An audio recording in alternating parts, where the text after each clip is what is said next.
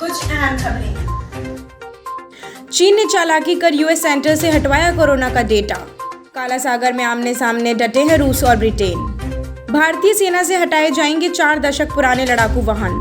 Corona delta variant 172% ज्यादा संक्रमण। मोदी की बैठक से बर्फ पिघली, आगे के रोड मैप की उम्मीद।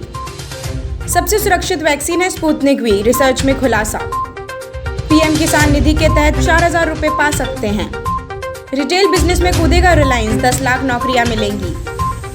दिल्ली से कुल्लू का सफर 7 घंटे में होगा पूरा। राजस्थान में 24 भर्तियों के लिए होगा सीईटी।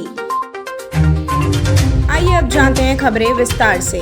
चीन ने एक और चालबाजी करते हुए अपने देश से सबसे पहले एकत्रित किए गए कोरोना मरीजों के नमूने की जांच और वायरस की जेनेटिक सीक्वेंसिंग से जुड़े आंकड़ों की अमेरिका डेटाबेस से हटवा दिया।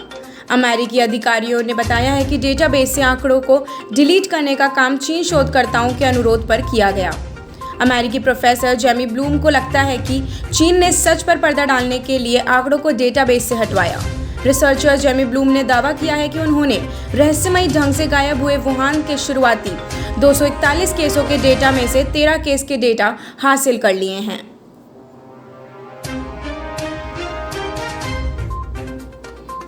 काला सागर में रूस और ब्रिटेन आमने सामने हैं। रूस ने अपने क्षेत्र में घुसपैठ करने वाले ब्रिटिश युद्धपोत को हटाने के लिए बुधवार को चेतावनी देते हुए गोलीबारी की।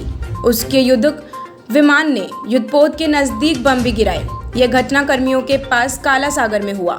रूस इस क्षेत्र को अपना बताता है। हालांकि ब्रिटेन में ऐसी किसी भी घटना से इनकार किया है। शीत युद्ध के बाद पहली बार नाटो के युद्धक पोत को हटाने के लिए गोलीबारी करने की घटना हुई है। सीमा विवाद को लेकर चीन में जारी तनातनी के बीच भारतीय सेना ने पूर्वी लद्दाख समेत विभिन्न सीमाओं पर तैनात 40 साल पुराने लड़ाकू वाहनों को बदलने का फैसला किया है। इसके लिए प्रक्रिया शुरू की गई है, लेकिन इनके बदलते बदलते भी अभी 2-3 साल और लग जाएंगे। ये बुलेट प्रूफ वाहन होते हैं जिनमें हथियार भी फिट रहते हैं तथा युद्ध क्षेत्र में सैनिकों के आवागमन, जवाबी हमलों आदि के लिए बेहद सुरक्षित माने जाते हैं। कोरोना कहर के बीच एक तरफ जहां डेल्टा प्लस वेरिएंट को लेकर चिंताएं बढ़ रही हैं, वहीं दूसरी तरफ डेल्टा वेरिएंट को लेकर नई जानकारियां सामने आ रही हैं। नए अध्ययन से अब ये स्पष्ट हो रहा है कि डेल्टा वेरिएंट शुरुआती कोरोना वायरस से करीब 172% ज्यादा संक्रामक है। इसी प्रकार डेल्टा प्लस में हुए म्यूटेशन से ये संक्रामकता और बढ़ने की आशंका बताई जा रही है। प्रधानमंत्री नरेंद्र मोदी द्वारा बुलाई गई सर्वदलीय बैठक में राज्य में जुड़े हर पहलू पर बात हुई। जम्मू कश्मीर में जुड़े नेताओं के गिले शिकवे भी सामने आए। केंद्र की ओर से हीलिंग टच की कोशिश भी हुई। कई मुद्दों पर गतिरोध भले ही न टूटा हो, लेकिन धारा 370 हटाए जाने के बाद हुई इस पहली बैठक को कश्मीरी मामलों के जानकार बहुत ही महत्वपूर्ण कदम बता रहे हैं। रूस में विकसित स्पुतनिक वी SARS-CoV-2 वायरस के खिलाफ प्रतिरोधक क्षमता पैदा करने वाले सबसे सुरक्षित टीका है। बायोन्स के स्वास्थ्य मंत्रालय ने अपने हालिया अध्ययन के आधार पर यह दावा किया है। पीएम किसान सम्मान निधि योजना के तहत इस वित्त वर्ष की पहली या अप्रैल-जुलाई की किश्त के तहत 10.34 करोड़ किसानों के खाते में 2,000 रुपए की रकम पहुंच चुकी है और अभी 31 जुलाई तक बचे हुए किसानों के खाते में पैसा पहुंच जाएगा। वैसे उन किसानों के लिए अभी बेहतरीन मौका है जिन्होंने अब तक इस योजना के तहत रजिस्ट्रेशन नहीं कराया है। ऐसे पात्र किसान 30 जून से पहले पीएम किसान में अपना रजिस्ट्रेशन करा लेते हैं तो 4,000 रुपए पाने के हकदार हो जाएंगे। उन्हें ताबड़तोड़ 2 किश्तें मिलेंगी।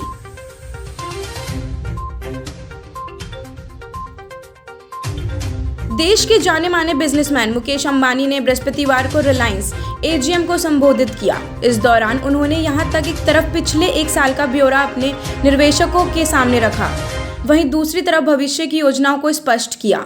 आज की उनकी स्पीच के बाद ये साफ नजर आ रहा है कि अगले कुछ सालों में रिलायंस रिटेल मार्केट के बड़े हिस्से को तब अपना विस्तार करना चाहती है। उन्होंने अपनी स्पीच में कहा है कि आने वाले 5 सालों में रिलायंस 3 से 5 गुना तेजी की रफ्तार से इस इंडस्ट्रीज में ग्रोथ करने का लक्ष्य बनाए हैं।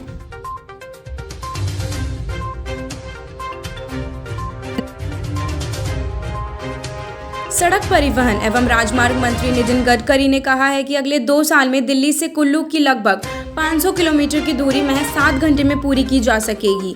वर्तमान में सड़क परिवहन से पहुंचने में 12 घंटे से अधिक समय लगता है। वहीं 350 किलोमीटर दूर शिमला 7 घंटे में कम समय में पहुंचा जा सकेगा। इससे देश और विदेश के पर्यटकों को सहूलियत होगी, वहीं राजस्व और रोजगार भी बढ़ेगा।